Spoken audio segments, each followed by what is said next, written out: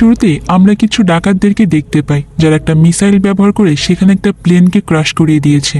এরপর প্লেনের কাছে গিয়ে সেখানে থাকা সব মালামালগুলোকে সরিয়ে নিচ্ছিল। তখন তাদের মধ্যে একজন লোক প্লেনে থাকা একটা মেয়েকে দেখতে পায়। সে ভেবেছিল যে মেয়েটা হয়তো মারা গিয়েছে, তাই সে মেয়েটার শরীরকে অনেক বাজেভাবেই টাচ করতে শুরু করে। এই মেয়েটার নাম হলো ডমিনিক। তো ওই লোকটা যখন ডমিনিকের শরীরে অনেক খারাপভাবে টাচ করছিল, তখন ডমিনিক জেগে ওঠে ওই লোকটাকে চাকু দিয়ে এমন ভাবে মারে যে সে ওখানেই মারা যায়। এরপর বাইরে এসে গুলি করে আরো একজন ডাকাতকে ওখানে মেরে ফেলে, আর তখন বেঁচে ছিল মাত্র একজন। এরপর ডমিনিক তাকে ভয় দেখিয়ে তারা যেসব জিনিসপত্র বিমান থেকে চুরি করেছিল ওগুলো একটা গাড়িতে উঠিয়ে নেয়। কাজ শেষ করার পর লোকটি তাকে বলে যে আমি তো তোমার সব কথা শুনেছি, তাহলে প্লিজ তুমি আমাকে এখন ছেড়ে দাও। কিন্তু ডমিনিক তখন একটু মুচকি এসে তাকে গুলি করে সেখানে মেরে ফেলে, কারণ সে কোনো শত্রুর ছায়াও রাখতে চায় না। এরপর ডমিনিক ওখান থেকে ডাকাত দলের গাড়িটাকে নিয়ে শহরের মধ্যে চলে আসে। তখন সেখানে একটা লোক ওই গাড়িটাকে দেখে বলে যে আরে এটা তো আমার বন্ধুর গাড়ি, তুমি এটা পেলে কোথায়? কিন্তু ডমিনিক তার কথায় কোনো পাত্তা না দিয়ে জঙ্গলের মধ্যে গাড়িটাকে নিয়ে সেটাকে আগুন ধরে জ্বালিয়ে দেয়, আর তার কাছে যে জিনিসপত্রগুলো ছিল ওগুলো একটা জায়গায় মাটি চাপা দিয়ে দেয়। এরপর ডমিনিক রাতের বেলায় একটা বারে যায় ড্রিঙ্কস করতে। তখন তার সঙ্গে ওলিও নামের একটা ছেলের দেখা হয়। সে ডমিনিককে বলে যে এই জায়গায় বেশি মেয়ে মানুষ আসে না, আর এই জায়গাটা মেয়ে মানুষের জন্য মোটেও সেফ নয়।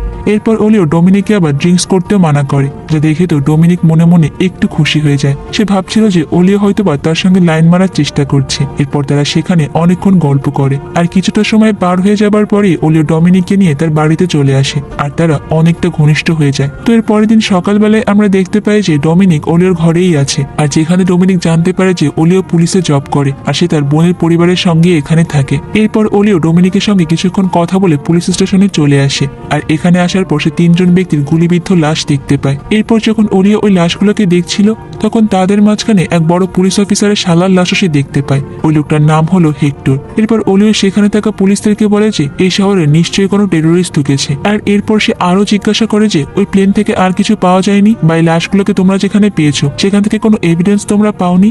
উত্তরে পুলিশরা বলে যে ওখানে কিছু খাবার আর একটা বই ছাড়া আর কিছুই পাওয়া যায়নি। তো এরপরে আমরা ডমিনিককে দেখতে পাই যে হঠাৎ করে মাথা ঘুরে নিচে পড়ে যায়, আর গল্প চলে যায় ফ্ল্যাশব্যাকে, যেখানে ডমিনিক তার এক বন্ধুর সঙ্গে গাড়িতে করে গল্প করতে করতে কোথাও একটা যাচ্ছিল। ঠিক তখনই আবার ডমিনিকের জ্ঞান ফিরে আসে, অর্থাৎ গল্প বর্তমানে চলে আসে। ডমিনিক তখন একটা হাসপাতালে ছিল, যেখানে ডাক্তার তাকে বলছিল যে তোমার এই ঘাতে কিন্তু ইনফেকশন হয়ে গিয়েছে। ডাক্তারের মুখে এমন কথা শুনে কোথায় ডমিনিক একটু চিন্তা করবে তা না, সে ডাক্তারের দিকে এমন ভাবে তাকায় যে ডাক্তার নিজেই ভয় পেয়ে তাকে ঠিক মতো না দেখিয়ে সেখান থেকে চলে যায়। এরপর ডমিনিক বোন ওলিওর বোন পিলোনির কাছে জিজ্ঞাসা করে যে আমার ব্যাগ আর মালামালগুলো কোথায় আছে। পিলোনি তখন বলে যে তুমি টেনশন করো না, তোমার ব্যাগ এবং টাকা পয়সা সব ঠিকঠাক জায়গায় আছে। আর এটা বলেই পলিনি সেখান থেকে চলে যায়। এরপর আমরা দেখতে পাই যে ওলিও কাজ শেষ করে বাড়িতে ফিরে এসেছে, আর আজকে তারা সবাই রাতে একসঙ্গে বসেই খাবার খাচ্ছিল। তখন খাবার টেবিলে ওলিওর বোনের মেয়ে ইলান ডমিনিককে জিজ্ঞাসা করে যে তুমি কোত্থেকে এসেছো, তোমার আসল বাড়ি কোথায়? ডমিনিক তখন বলে যে আমি ইউক্রেন থেকে এসেছি,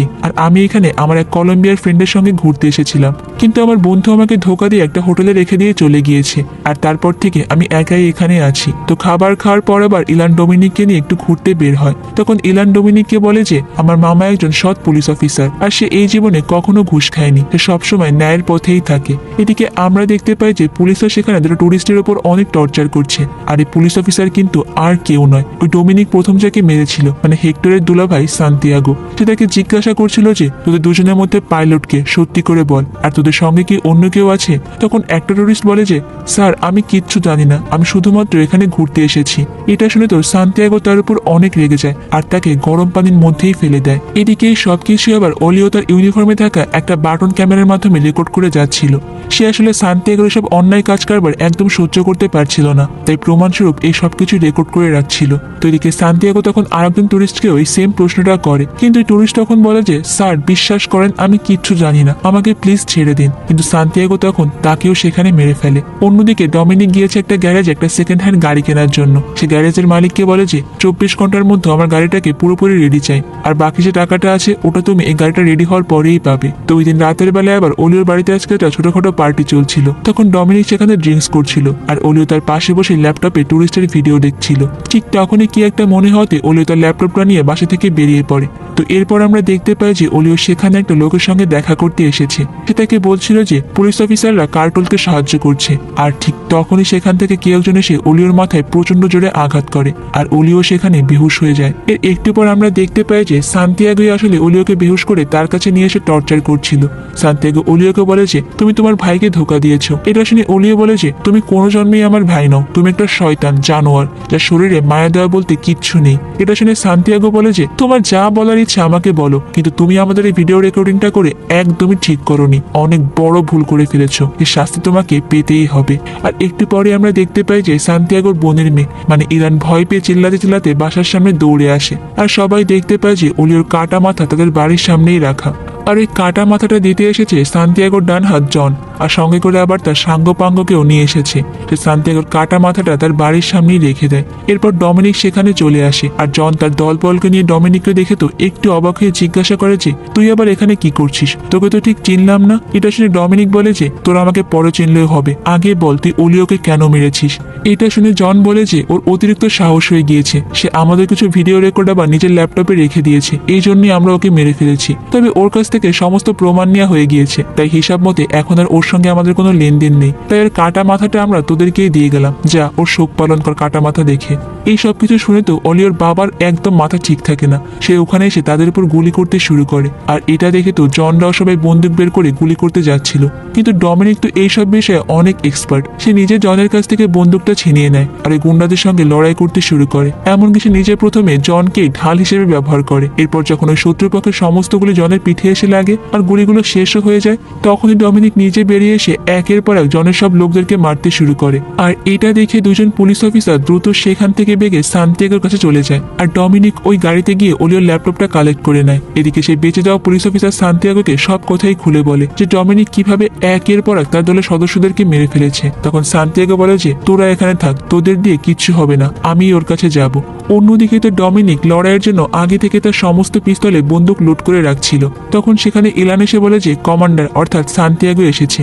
আর সান্তিয়াগো বাড়িতে ঢুকেই তো অবাক হয়ে যায়, কারণ সেখানে একের পর এক তার দলের সদস্যদের লাশ পড়েছিল। এরপর ডমিনিক যখন বাইরে বেরিয়ে আসে তখন সান্তিয়াগো তাকে বলে যে আমি তোমার সঙ্গে একটা ডিল করতে চাই, তুমি ভালোই ভালো ওই ল্যাপটপটা আমাকে দিয়ে দাও, তাহলে দেখবে আমি ওলিওর পরিবারের উপর আর কোনো হামলাই চালাবো না, আর তোমাকেও চুপচাপ এখান থেকে যেতে দেবো। টুরিস্ট হিসেবে আমার কথা শোনাটাই মনে হয় তোমার জন্য বেশি উপকার হবে। কিন্তু ডমিনিক তখন বলে যে ল্যাপটপ তো আমি তোকে দেবই না, আর ওটা যেখানে যাওয়া সেখানেই যাবে।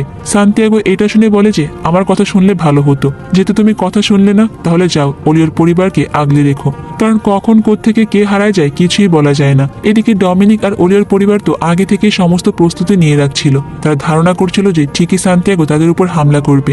ডমিনিক আগেই সবকিছু রেডি করে রাখছিল, এরপর সেই বাড়ির দুজন সদস্যকে প্রশিক্ষণ দিচ্ছিল যে কিভাবে ফাইট করতে হয় বা কিভাবে বন্দুক চালাতে হয়। তারপর সে ইলান আর আরেকটা মেয়েকে বলে যে আমি তোমাদেরকে যখন ইশারা করব তখন তোমার কাজ হবে জাস্ট লাইটটাকে অন অফ করা, আর এরপর দেখবে আমি নিজেই এক এক করে সব কটাকে সেখানে মেরে ফেলবো। তো ওই দিন রাতেই এবার সান্তিয়াগো অনেক রেগে গিয়ে ওলিওর বাড়িতে FBI সদস্যদেরকে পাঠিয়ে দেয় অ্যাটাক করার জন্য।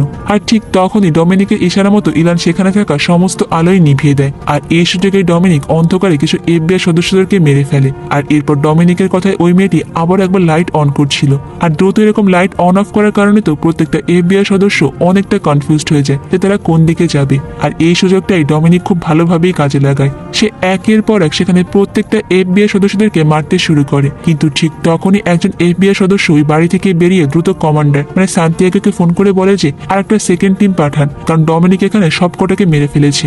এইটা শুনে তো সান্তিয়াগো দ্রুত সেখানে একটা সেকেন্ড টিম পাঠিয়ে দেয়, কিন্তু ডমিনিকও তো প্রচন্ড চালাক ছিল, তাই সে ওখানে পড়ে থাকা মৃত FBI সদস্যদের সঙ্গেই মরার ভান করে লুকিয়েছিল। এরপর সে যখনই আবার ইলানকে ইশারা দেয়, ইলান তো একবারের জন্য বাতিতে অন করে আবার সেটা নিভিয়ে দেয়। আর এই সুযোগে ডমিনিক আবারও সেখানে আসা কয়েকজন FBI সদস্যদেরকে একের পর এক গুলি করে মারছিল। ডমিনিক এখানে যেভাবে গুলি চালাচ্ছিল তাকে দেখে কোনো সাধারণ মেয়ে মানুষ বলে মনে হচ্ছিল না, পুরো একজন আয়রন লেডির মতোই একাই গুলি করে যাচ্ছিল। তো এদিকে তো ঘটে যায় অন্য একটা কাহিনী, একজন FBI সদস্য কৌশলে বোম মেরে তাদের বাড়িটাকেই উড়িয়ে দিতে চাচ্ছিল। ঠিক তখনই ডমিনিক তাকে দেখে ফেলে, আর তাদের মধ্যে আবার প্রচন্ড লড়াই শুরু হয়ে যায়। একটা ফাঁকে ডমিনিক বুদ্ধি করে পা দিয়ে ওলিওর বাবার দিকে একটা বন্দুক এগিয়ে দেয়, আর ওলিওর বাবা তখন ওই বন্দুকটা দিয়ে FBI সদস্যকে সেখানেই গুলি করে মেরে ফেলে। আর এরপর পরিবেশ একটু ঠান্ডা হওয়ার পর তারা সবাই যখন বাইরে বাইরে আসে তখন দেখতে পায় যে ওলিওর ছোট ভাইকে সান্তিয়াগোর লোকেরা সেখানে মেরে ফেলেছে। আসলে ওলিওর পুরো ফ্যামিলি সান্তিয়াগোর আসল রূপটা জেনে গিয়েছিল, তাই সান্তিয়াগো ভয় পাচ্ছিল যে তারা হয়তোবা বাইরে গিয়ে সবটাই প্রকাশ করে দেবে। এই জন্য সে চাচ্ছিল না যে ওলিওর পরিবারের কেউই বেঁচে থাকুক। তো ওই দিন ডমিনিক একটু সামনে এগোতেই দেখতে পায় যে একজন এফবিআই সদস্য এখনো বেঁচে আছে, আর তার কাছে সান্তিয়াগো ফোন করে বারবার জিজ্ঞাসা করছিল যে তোমরা কোথায় আছো, এখনো ওখানে কি করছো, ডোমিনিকে কি মারতে পেরেছো? তখন ডোমিনিক কিচ্ছু না বলে ওই ফোনটা কেটে দিয়ে ওই লোকটাকেও সেখানে মেরে ফেলে। এরপর তারা নিজেরা তাদের বাড়িতে আগুন ধরিয়ে পুড়িয়ে দেয়, কারণ তারাও চাচ্ছিল না যে কোনো প্রমাণ রাখতে। আর ঠিক এরপরেই ডমিনিক ওদের পরিবার সদস্যদেরকে নিয়ে একটা জায়গায় রওনা দেয়, কারণ এখানে থাকাটা তাদের জন্য মোটেও সেফ নয়। যে কোনো সময় পুলিশ এসে তাদেরকে এখানে মেরে ফেলতে পারে। তো পরের দিন সকালবেলা তো সান্তিয়াগো ওদের বাড়িতে আসে, কিন্তু এখানে আসার পর তো সে পুরোপুরি হতাশ হয়ে যায়, কারণ সে একের পর এক তার সব লোকদের লাশ পড়ে থাকে দেখে। আর ওই বাড়িটাও সেখানে পুরো পুড়ে ছাই হয়ে গিয়েছিল। সে ভাবছিল যে একটা মেয়ে কিভাবে এতগুলো স্পেশাল ফোর্সের মানুষদেরকে এইভাবে মারতে পারে। এরপর সেই লাশগুলোকে একটা ট্রাকে করে মর্গে নিয়ে যায়। এদিকে ডমিনিক তো ওলের পরিবারকে বাঁচানোর জন্য সেই রাতটা পুরো কাটিয়ে একটা সেফ জায়গায় চলে আসে, আর ইলানকে বলে যে আজ থেকে কিন্তু তোমার দায়িত্ব সবাইকে দেখে রাখার। এরপর সে তাদেরকে একটা অ্যাম্বুলেন্সে তুলে দেয়, কিন্তু ঠিক তখনই দূর থেকে তাদের গাড়ির উপর হামলা হয়, আর সেখানে এই অ্যাম্বুলেন্সের ড্রাইভারটা গুলিবিদ্ধ হয়ে মারা যায়। ডমিনিক বুঝতে পারে যে এই জায়গাও তাদের জন্য নিরাপদ না, তাই ডমিনিক সঙ্গে সঙ্গে বন্দুক নিয়ে একাই সামনের দিকে এগিয়ে যায়, আর একের পর এক গুলি করতে থাকে। শুরু হয়ে যায় সেখানে পাল্টাপাল্টি এক যুদ্ধ। আর এদিকে ইলান তো ড্রাইভারের সিটে বসে গাড়িটাকে নিয়ে সেখান থেকে পালানোর চেষ্টা করছিল, কিন্তু সে কোনোভাবে গাড়িটাকে স্টার্ট দিতে পারছিল না। আর এতক্ষণে সেখানে ডমিনিকের হাতে একটা গুলিও লেগে যায়, কিন্তু ডমিনিকও তো হার মানার পাত্রী নয়। সে গুলি লাগা হাত নিয়ে লাগাতার শুট করে যাচ্ছিল। আর ডমিনিকের এরকম অসম্ভব সাহসিকতা আর কৌশলের কারণে সেখানে কার্টুলের সমস্ত লোকরাই মারা যায়। ও তোমাদেরকে তো বলতেই ভুলে গিয়েছি, এই লোকগুলোকে আসলে কার্টুলে সেখানে পাঠিয়েছিল। এদিকে অনেকক্ষণ ধরে চেষ্টা করার পর তো ইলান এবার অ্যাম্বুলেন্সটাকে স্টার্ট দিতে পারে, আর তারা সবাই তখন সেখান থেকে প্রায় চলেই যাচ্ছিল, কিন্তু হঠাৎ করে তাদের সামনে একটা মেশিন গানওয়ালা গাড়ি চলে আসে। পলিনি মানে ইলানের মা তো তার ছোট্ট বাচ্চাটাকে নিয়ে অনেক ভয় পাচ্ছিল, কিন্তু ইলান এবার সাহসিকতার সঙ্গে গাড়িটাকে সামনের দিকে এগিয়ে নিয়ে যায়। কিন্তু এই মেশিন গান থেকে ছোড়া গুলিতে অ্যাম্বুলেন্সটা তার ব্যালেন্স হারিয়ে ফেলে পাশের একটা খাদে পড়ে যায়। তাই ইলান এবার অনেক সাহস করে গাড়ি থেকে একটা বন্দুক বের করে ওই মেশিন গানওয়ালা গাড়ির দিকে এগোতে থাকে, আর সেখানে থাকা লোকটাকে গুলি করার চেষ্টা করছিল, কিন্তু মেশিন গানের সামনে তো ইলান কোনো মতে দাঁড়াতে পারে না। তাই একটু পরে ইলান গুলিবিদ্ধ হয়ে সেখানে মারা যায়। আর এই মেশিন গান থেকে ছোড়া গুলির কারণে অ্যাম্বুলেন্সটাও সেখানে বাস্ট হয়ে যায়। আর এই সবকিছু যখন দূর থেকে ডমিনিক দেখতে পায়, সে ছুটতে এদিকেই আসছিল, কিন্তু এতক্ষণে সবকিছু শেষ হয়ে গিয়েছে। ইলানও সেখানে মারা গিয়েছে, এমনকি অ্যাম্বুলেন্সের ভিতরে থাকা তার পুরো পরিবারই অ্যাম্বুলেন্সের সঙ্গেই সেখানে ঝলসে গিয়েছে। এই সবকিছু দেখে তো ডমিনিক প্রচন্ড ভেঙে পড়ে। সে নিজের জীবন বাজি রেখেও কোনো মতে ওলিয়ার পরিবারকে বাঁচাতে পারলো না, তাই সে ওখানে বসে চিৎকার করে কাঁদতে শুরু করে। তো এরপরে দৃশ্য পরিবর্তন হলে আমরা দেখতে পাই যে ডমিনিক ওই সব ভিডিও মিডিয়ার কাছে দিয়ে দিয়েছে, যেখানে সান্তিয়াগোর সমস্ত কুকর্মের প্রমাণ রয়েছে। আর সব থেকে মজার ব্যাপার হলো সান্তিয়াগো নিজের কুকর্মের কথা নিজের ঘরে বসে নিজের টিভিতেই দেখছিল, আর এটা দেখতে পেয়ে তো সে অনেক ভয় পেয়ে যায়। সে একটা নিরাপদ আশ্রয় খুঁজছিল। আর এদিকে আমরা দেখতে পাই গল্পের শুরুতে ডমিনিক যে কাঠের বক্সটা মাটির নিচে লুকিয়ে রেখেছিল সেটা বের করে, আর এই বক্সটা ভরা ছিল সব টাকা আর স্পেশাল সব অস্ত্রশস্ত্র। আর এরপর ডমিনিক তার আসল গেটআপে রেডি হয়ে যায় সান্তিয়াগোর বিরুদ্ধে প্রতিশোধ নেওয়ার জন্য। আর এদিকে সান্তিয়াগো তো ভয় পেয়ে কার্টুলের বাড়িতে আশ্রয় নিতে আসে, কিন্তু তার শেষ রক্ষা আর হয় না। ঠিকই ডমিনিক ওই বাড়িতে ঢুকে তাকে মেরে তার প্রতিশোধটা পূরণ করে। আর আমাদের আজকের এই দুমদুমার অ্যাকশনে ভরপুর মুভির গল্পটাও এখানে শেষ হয়ে যায়। তো বন্ধুরা, আজকের গল্পটা তোমাদের কাছে কেমন লেগেছে সেটা কিন্তু আমাকে কমেন্ট করে অবশ্যই জানাবে। আর ডমিনিককে তোমাদের কাছে কেমন লেগেছে, এরকম সাহসী মেয়ে মানুষকে তোমরা আগে দেখেছো সেটাও কিন্তু আমাকে কমেন্ট করে জানাতে পারো। তো আজ এই পর্যন্তই থাক, দেখা হবে অন্য কোনো সুন্দর মুভির গল্প নিয়ে ভিন্ন কোনো সময়। ততক্ষণ পর্যন্ত তোমরা সবাই অনেক বেশি ভালো থাকবে এবং নিরাপদে থাকবে, আর অবশ্যই তো কুহেলিকার সঙ্গেই থাকবে, তাই না? আল্লাহ হাফেজ।